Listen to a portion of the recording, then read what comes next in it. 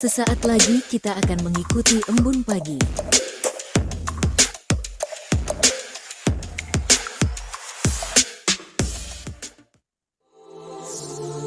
Embun pagi, kasihnya setiap hari, seperti embun pagi, sejukkan hati. Ucapkan syukur, Tuhan Yesus baik, biar kita tahu perkataan yang baik. Tuhan sediakan kebutuhanku, Dia akan cukupkan semua yang ku perlu. Dia sembuhkan semua sakitku, berikan damai sejahtera yang lampaui akalku. Tuhan buka jalan, pimpin semua langkahku. Mazmur 12 ayat 1 sampai dengan 9. Untuk pemimpin biduan, menurut lagu yang ke-8, Mazmur Daud. Tolonglah kiranya Tuhan, sebab orang saleh telah habis. Telah lenyap orang-orang yang setia dari antara anak-anak manusia. Mereka berkata dusta yang seorang kepada yang lain. Mereka berkata dengan bibir yang manis dan hati yang bercabang. Biarlah Tuhan mengerat segala bibir yang manis dan setiap lidah yang bercakap besar. Dari mereka yang berkata, dengan lidah kami menang.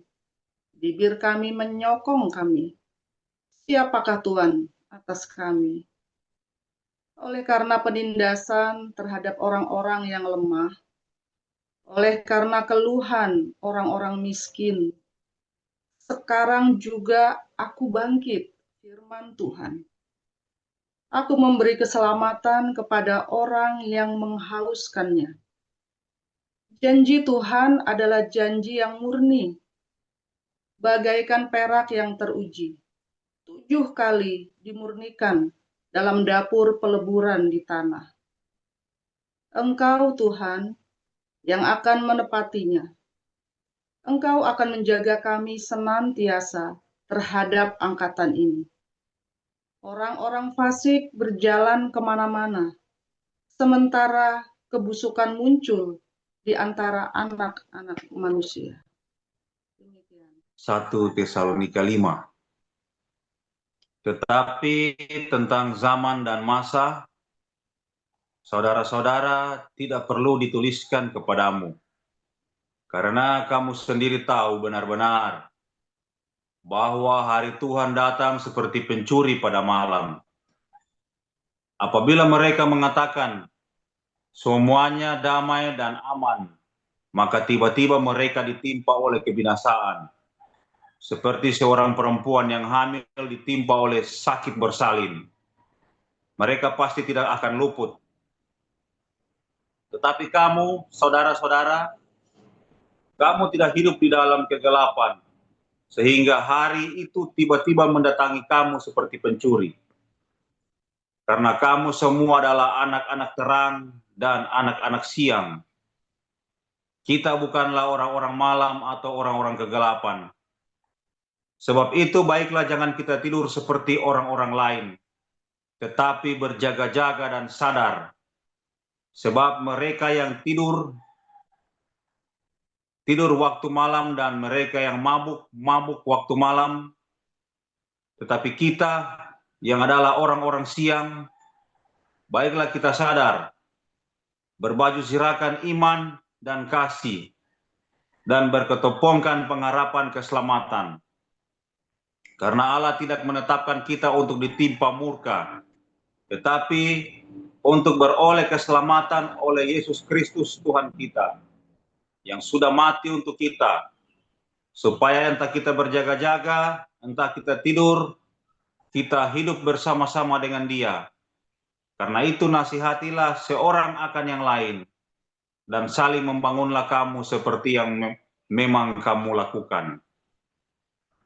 Kami minta kepada kamu, saudara-saudara, supaya kamu menghormati mereka yang bekerja keras di antara kamu, yang memimpin kamu dalam Tuhan dan yang menegur kamu, dan supaya kamu sungguh-sungguh menjunjung mereka dalam kasih karena pekerjaan mereka.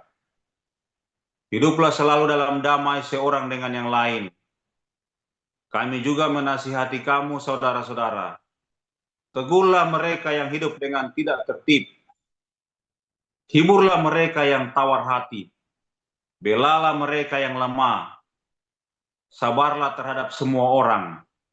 Perhatikanlah supaya jangan ada orang yang membalas jahat dengan jahat. Tetapi usahakanlah senantiasa yang baik terhadap kamu masing-masing dan terhadap semua orang.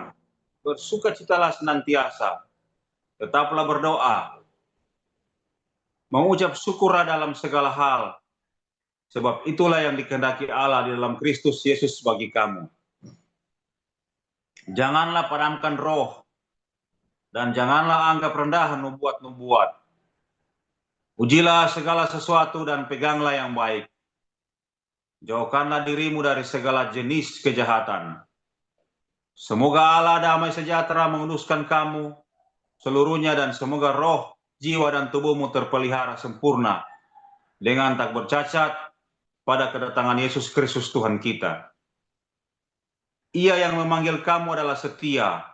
Ia juga akan menggenapinya. Saudara-saudara, doakanlah kami. Sampaikanlah salam kami kepada semua saudara dengan cium yang kudus.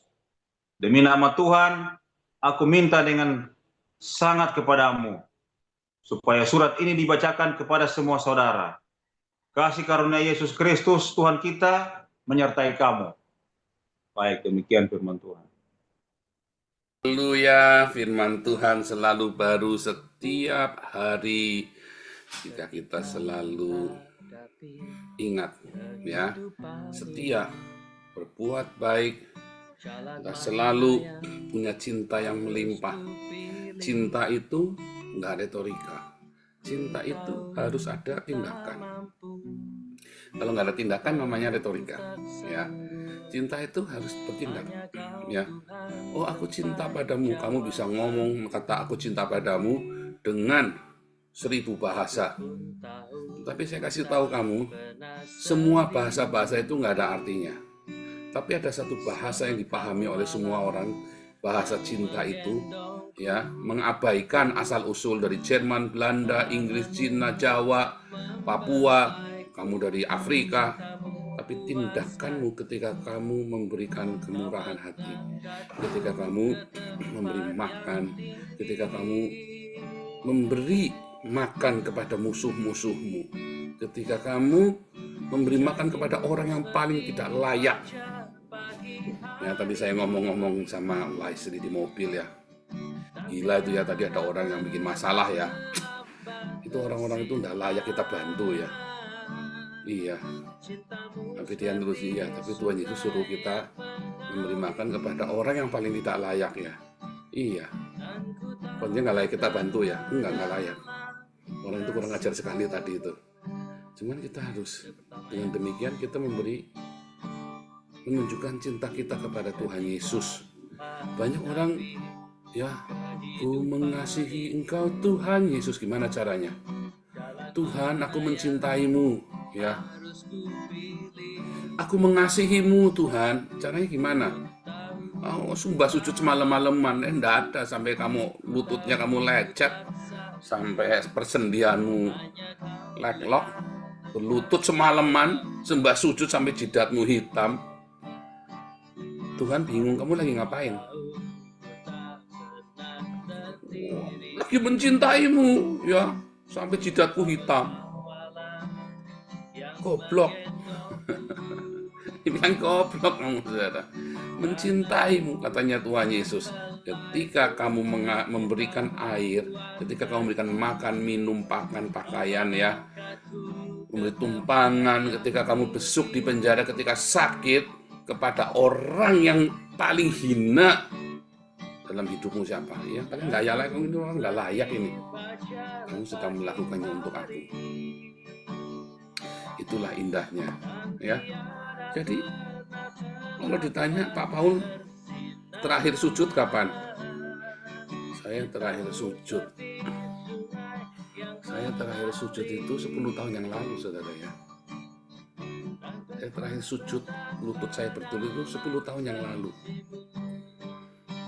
Berarti saya nggak menyembah Tuhan. Saya mengasihi Tuhan, saya menyembah Tuhan dengan saya ngasih makan musuh-musuh saya.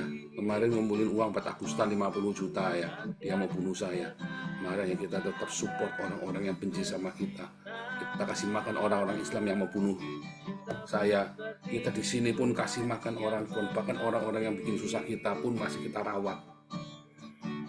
Itu cinta saya pada Tuhan Yesus ketika kita mengasihi musuh-musuh kita, ya kan? Maka kalau kamu lakukan itu setiap hari, ya, setiap hari kamu lakukan. Saya boleh keras, saya boleh galak, jangan khawatir, ya. Saya tidak akan busuk-busukan orang yang memusuhi saya, ya, saat kita lagi bermusuhan. Kalau sudah, namanya dapat cerita nih, saya buat cerita sama kalian, buat kesaksian supaya kalian melihat dengan mata kepalamu sendiri perbuatan Tuhan, ya kan? Tapi saat berkonflik, kamu tidak akan tahu saya lagi berkonflik sama siapa, karena saya tidak akan busuk-busukin orang itu. Iya dong, jangan. Kalau perlu kita tolong, apa kita bantu, kita bantu, ya kan? Nah, jadi, ya, itulah tantangannya. Ya, tadi sore kita di sini cerita tentang Yakub Yabok, ya. Ini seperti cerita deh, ya, Yakub Sungai Yabok. Yabok itu adalah perseberangan, ya. Kita diseberang ketidakpastian hidup kita. Di seberang itu ada apa kita nggak tahu. Tapi kita harus ke sana, tapi kita nggak tahu. Lalu ada namanya Yakub dirubah jadi Israel, ya. Tumit yang diremukan Yakub, ya, dan tulang pinggul kebanggaan kita sampai pincang kita jalan. Ya kan, pride-nya kita kan, di dalam ketidakpastian pride-nya kita harus diremukan supaya kita selalu ada di hadirat Tuhan. Kalau kamu masih punya kebanggaan, maka kamu tidak akan bisa tinggal di hadirat Tuhan. Hadirat Tuhan bukan karena kamu sujud semalam-malaman, bukan. Hadirat Tuhan karena kamu tulang pinggulnya diremukan. Maka kamu punya peneuel, di hadapan El, di hadirat El. Simpel, ya. Nah, itu kan pengajaran yang simpel. Tapi saya ngajari kepada orang-orang homeless, kepada orang-orang kriminal, kepada orang-orang yang keras kepala ini. Jadi saya harus diulang-ulang saya ajarkan, ya, dengan berbagai macam cerita. Nah, kalau Anda ingin hidup, ya, selalu beruntung, ya jangan begitu. Karena dengan kamu patah semua kebanggaanmu, kamu bisa hidup merendahkan dirimu di hadapan Tuhan. Maka saat kamu merendahkan dirimu di hadapan Tuhan, segala keberuntunganmu di seberang ketidakpastian hidupmu itu, kamu menyeberang di sana ada apa kamu nggak tahu, percayalah, yang ada hanya keberuntungan. Bahkan musuh-musuhmu pun akan kamu diperdamaikan Tuhan denganmu. Saya bukti nyata, semua musuh-musuh saya, bahkan keluarga istri saya saja diperdamaikan dengan saya. Diperdamaikan. Nggak tahu gimana caranya Tuhan memperdamaikan, pokoknya damai. Yang penting patahkan semua kebanggaanmu, kesombonganmu. Ya.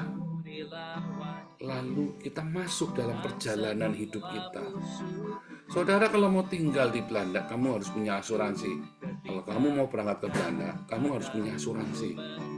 Kalau kamu tidak punya asuransi, kamu nggak boleh masuk Belanda. Nanti kalau kamu mati, siapa yang nanggung? Kalau kamu sakit, siapa yang nanggung? Bikin susah kamu di sini nanti. Jadi kamu di sini nggak boleh ilegal. Kamu harus punya asuransi.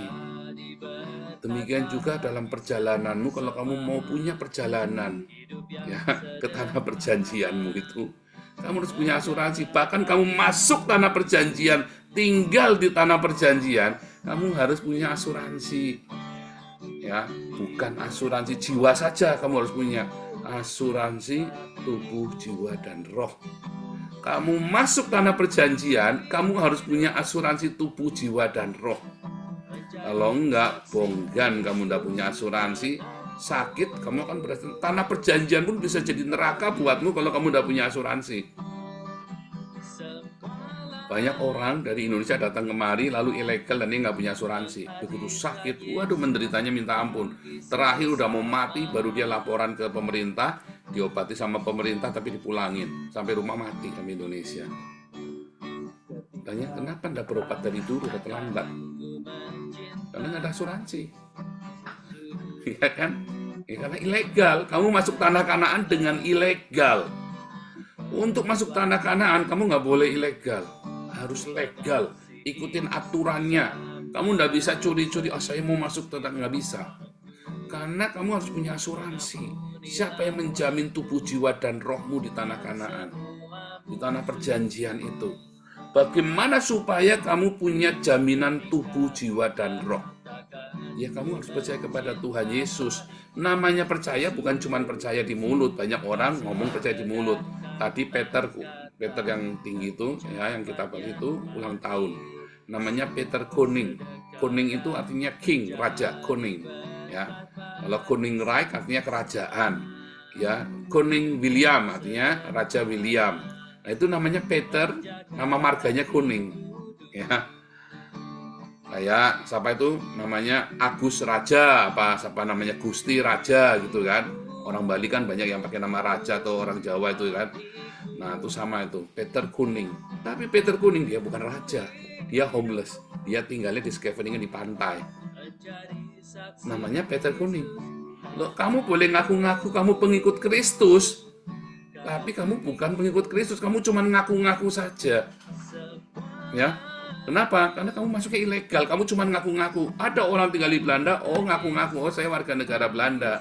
Kalau saya warga negara beneran, saya punya bukti sah legal. Saya punya paspor, saya punya KTP, punya SIM.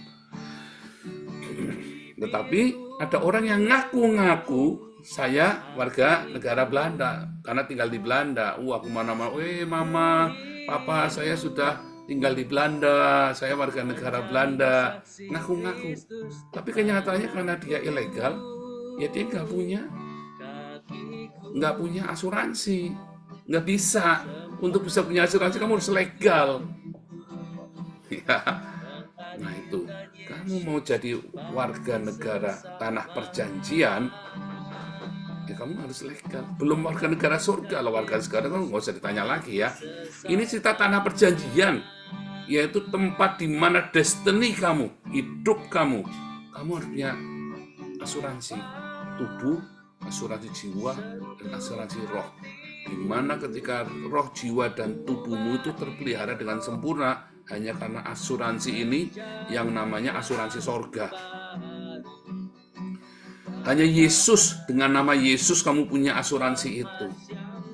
Maka itu Paulus ngajarin kepada kita untuk kita selalu mengucap syukur, percaya, karena di dalam ucapan syukur itu ya artinya kamu percaya. Tapi yang namanya percaya artinya kamu nggak utang-utang lagi. Namanya percaya ya berarti ya udah itu ya itu. Yang namanya percaya, kamu harus mencukupkan dirimu dengan yang ada. Saya bolak-balik bilang, saya pengen kerja, saya capek hidup dari donasi Tuhan. Saya nggak mau nunggu orang Tuhan, saya nggak mau. Tuhan bilang, cukupkan dirimu dengan apa yang ada, bukan nambah uangnya, tapi kamu belajar cukupkan diri. Mepet Tuhan, enggak apa-apa, deg-degan, enggak apa-apa, cukupkan diri, pasti cukup. Kamu harus belajar, cukupkan dirimu sampai itu next level. Kamu mengerti next level. Saya ngerti arti kata cukupkan diri. Tapi pengertian saya, next level dari 20 tahun yang lalu. Bahkan dari 10 tahun yang lalu, bahkan dari 5 tahun yang lalu, next level. Hari ini saya belajar cukupkan diri itu dengan next level lagi. Wih, gila bener-bener ya. Saya sampai deg-degannya minta ampun, tetapi dibilang next level. Cukupkan diri. Tanda kamu mengucap syukur. Orang mengucap syukur itu bukan sekedar terima kasih Tuhan. Latihannya, ya kamu belajar ngelilir, kamu bilang terima kasih Tuhan. Kan sudah tak ajari 40 hari tanpa mengeluh. Kalau masih mengeluh, berarti kamu belum percaya. Ya kan? Kalau kamu masih ada mengeluh dalam hidupmu, kamu belum percaya. Kami ajari sekeluarga ya, ayo jangan ngeluh yuk. Aduh jangan ngeluh nih, ucapin syukur. Setiap kali, aduh lihat rekeningnya kosong, bilang Jehovah Jireh. Tuhan sediakan. Belum tentu Tuhan kirim uang, tapi Tuhan sediakan. Ajaib ya, anak saya uangnya habis kemarin ya, pakai buat nombokin operasional gereja di Den Haag. Habis uangnya, dia punya uang 6.000, habis semua. Jehovah Jireh, kasih kerjaan. Jehovah Jireh, ya tiba-tiba itu tadi nggak dikasih duit, dikasih pekerjaan yang baik. Orang teman-temannya belum pada dapat kerjaan, dia sudah kerja duluan. Padahal belum wisuda kemarin. Aduh Tuhan berkati anak saya itu luar biasa. Jehovah Jireh bukan dikasih uang, dikasih pekerjaan.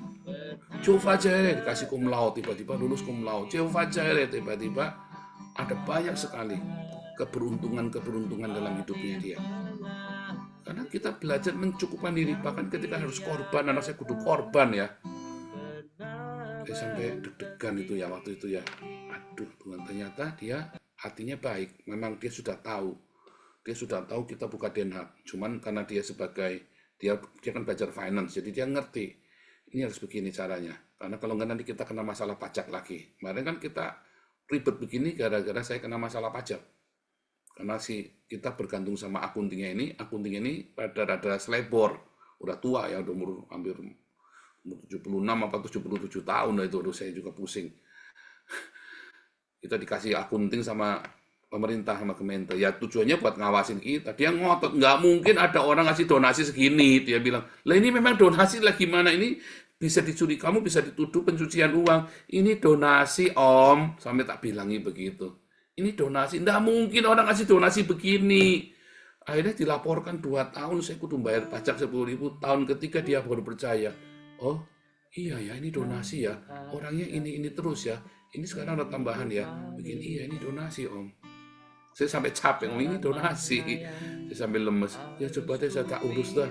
Sekarang dia lagi pusing ngurusin saya gimana caranya itu ya. Saya nggak tahu dah, saya nggak tahu bisa dibalikin, nggak tahu nggak. Yang penting sekarang kita utang kita tinggal 30% sekarang ya, utang sama itu yang pajak apa listrik apa segala macam.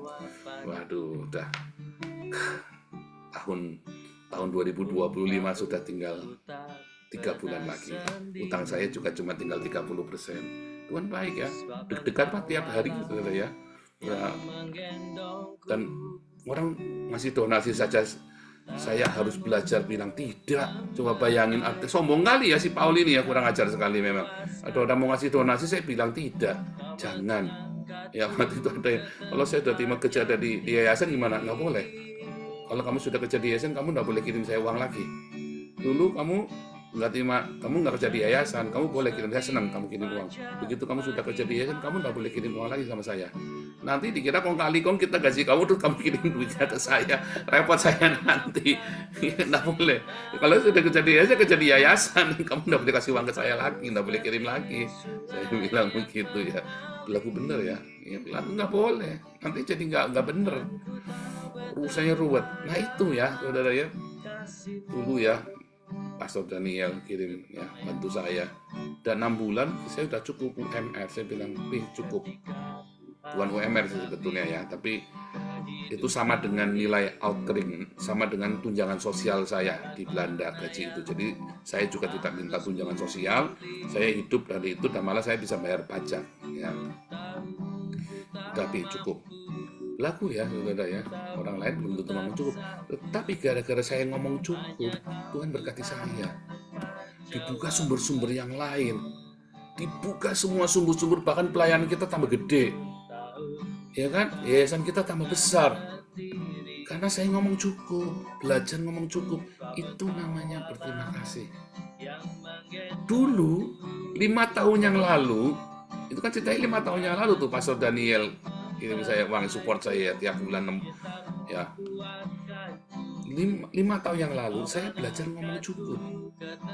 Kok 5 tahun yang lalu, sorry ya, 4 tahun yang lalu ya, tahun 2021 kan ya, 4 tahun yang lalu saya belajar ngomong cukup. Itu namanya saya percaya, itu namanya saya mengucap syukur. Saya bangga dengan teman-teman di Embun Pagi. Waktu susah dia telepon ke hotline, tolong bantu saya baru di PHK. Terus kita support. Berapa bulan kemudian, cukup, saya sudah kerja. Yaudah kita kirim sebulan lagi, nggak apa-apa. Supaya kamu stabil, yakin, atau 3 bulan lagi. Oke, beres. Sekarang dia kerja terus. Itu namanya ucapan syukur. Itu yang namanya ucapan syukur, rasa cukup.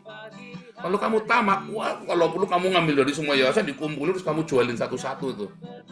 Ya kan? Kayak kemarin itu yang rebutan di Kelenteng itu, rebutan sembako itu di Kelenteng.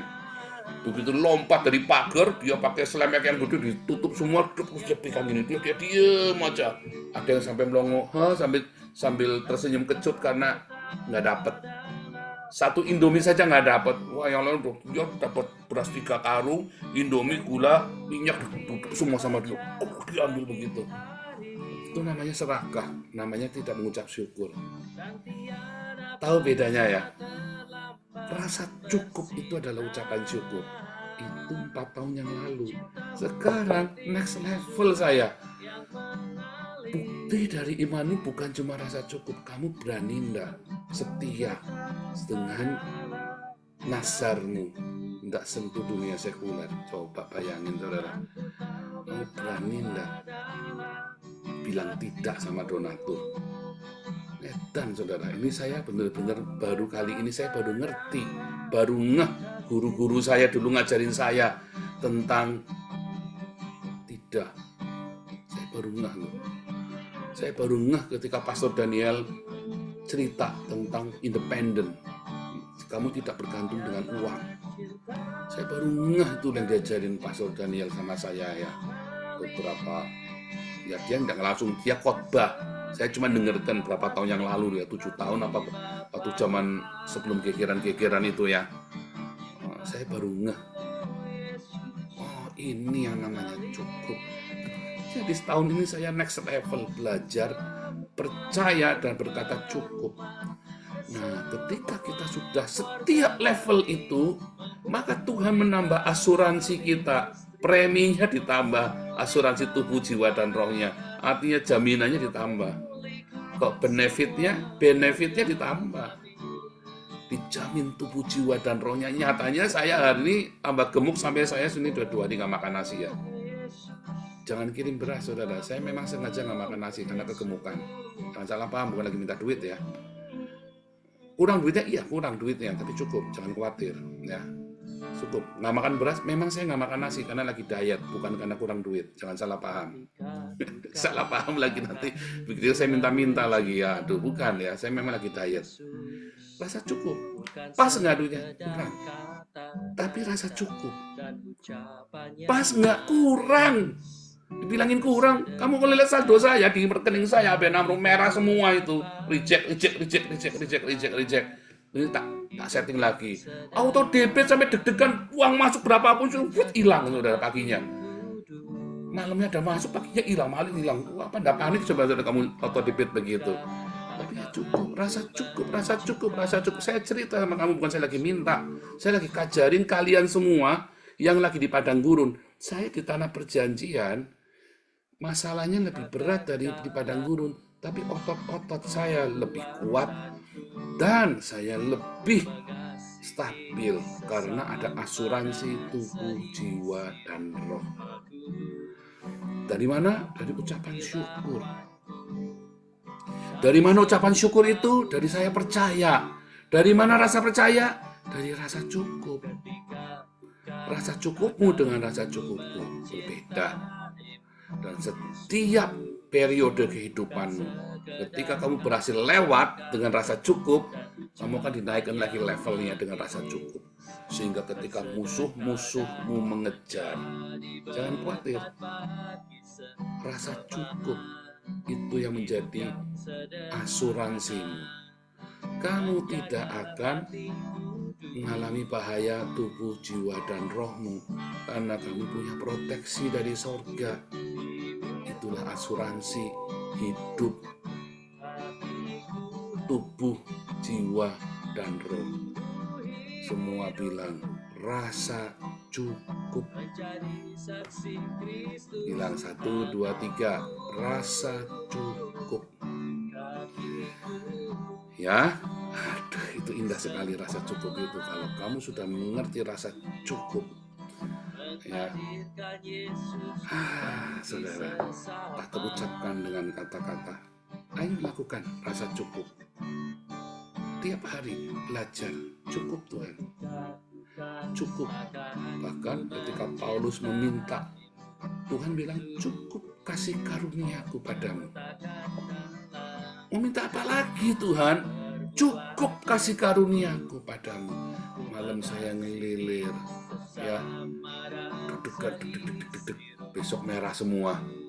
Tak apa-apa, Jehovah Jireh. Tuhan, aku tak kerja saja Tuhan, supaya aku jangan bergantung sama orang. Kamu jangan bergantung sama orang, tapi juga kamu harus bergantung sama aku. Kamu sudah bernasar.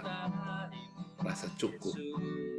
Ya, wah itu next level saudara ya.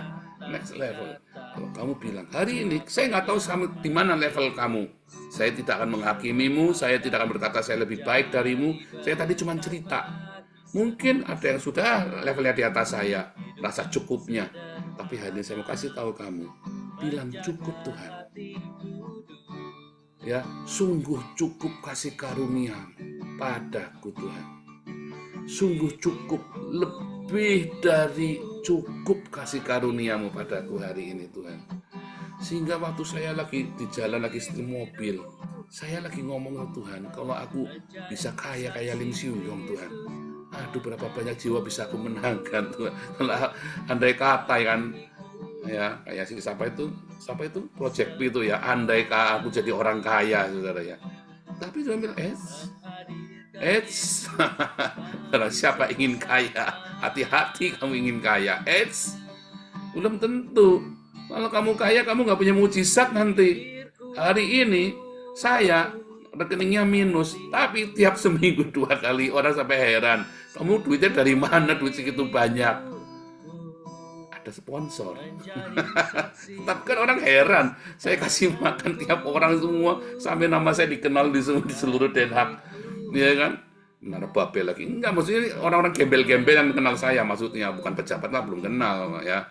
Gembel gitu loh, Raja Belanda belum kenal saya. Maksudnya gembel-gembel di Belanda. Oh, itu Kehagia saja sama Pastor Paul Zhang. Terkenal di kalangan gembel-gembel. Lumayan ya saudara ya. Saya punya mimpi jadi pemimpin ketua dunia ketua partai Kaipang di Den Haag saudara ya. Hebat ya, partai Kaipang dulu kan zamannya dunia persilakan kan hebat saudara. Saya punya mimpi saya jadi ketua partai Kaipang Den Haag saudara ya. Hebat saudara. Intelijennya di mana-mana. Jadi sehingga saya tahu kondisi Den Haag kayak apa. Bayangin, ini satu gembel sana gembel sini kita. Pastor, kamu di mana? Jangan lewat sini. Ada tembak-tembakan. Pastor, kamu di mana? Jangan lewat sini. Itu polisi di mana-mana. Ditutup semua jalannya, ada demo itu Arab sialan. Dia bilang begitu. Ada di mana-mana. Saya kalau masuk ke Den Haag, kamu sini dulu. Kamu aman sama saya. Jalan tenang aja. Gembel-gembel itu kenal sama saya ini. Ya, Joseph Paul Zhang, ketua partai Kaipang Den Haag, saudara ya. Nanti jadi ketua partai Kaipang di seluruh dunia. Kenapa? Rasa cukup. Sekali lagi bilang cukup Tuhan. Aduh berat itu, doa yang berat itu. Tuhan cukup Tuhan. Saya lagi setir mobil. Ya. Akhirnya saya bilang, aduh Tuhan, saya malu mau minta Tuhan. Tapi duitnya kurang. Dia bilang cukup. Oh iya ya, cukup ya Tuhan ya. Benar saudara, cukup. Cukup enggak cukup kan hanya ilusi kan? Itu hanya ilusimu. Setelah dijalani, yang katanya hari ini selesai juga kok. Berarti kan cukup kan? Kalau nggak selesai kan namanya nggak cukup. nyatanya selesai loh. Kamu jangan pikir hutangmu besar, jangan pikir kebutuhan anak sekolah besar, jangan pikir anak sakit, anak orang tua sakit, jangan pikir itu. Kamu harus bilang cukup. Ya, sehingga kamu kerja jangan sampai ngoyo. Aduh, saya sampai bilangin anak di pastor di kerja jangan ngoyo. Kerja itu dengan berkat Tuhan. Kalau kamu kerja ngoyo, itu namanya kamu dikutuk. Kerja 100 hasilnya cuma 1 itu namanya kutuk. Kamu kerja 1 hasilnya 100. Tenang, tenang. Takut akan Tuhan, cari Tuhan. Kamu rendah hati, karaktermu dibentuk. Rajin, jujur, tapi jangan ngoyo, beda. Rajin sama ngoyo itu beda. Rajin, jujur, rendah hati. Ya, pasti kamu sukses. Kalau kamu jaga hidup dalam kekudusan, hidup akan stabil, naik terus. Nah, sekarang diajarin tadi sore, berapa minggu ini. Cukup Tuhan. Cukup. Cukupmu dengan cukupku beda, ya. Anda yang lagi bisnis, wah, borong apa? Jangan ngoyo, bilang cukup Tuhan. Cukup Tuhan. Cukupmu itu nanti dicukupkan. Allahku kan memenuhi kebutuhan, keperluanku menurut kekayaan dan kemuliaannya di dalam Yesus Tuhan. Ya, Filipi berapa? Berapa? Uros? Ayo, Filipi. Allahku kan memenuhi kebutuhanku menurut kekayaan dan kemuliaannya. Allahku kan mencukupi keperluanku di dalam Yesus Tuhan. Ya, cari. Ya, ada di mana itu ya? Filipi 4 ayat 19. Filipi 4 ayat 19. Tuhan Yesus memberkati.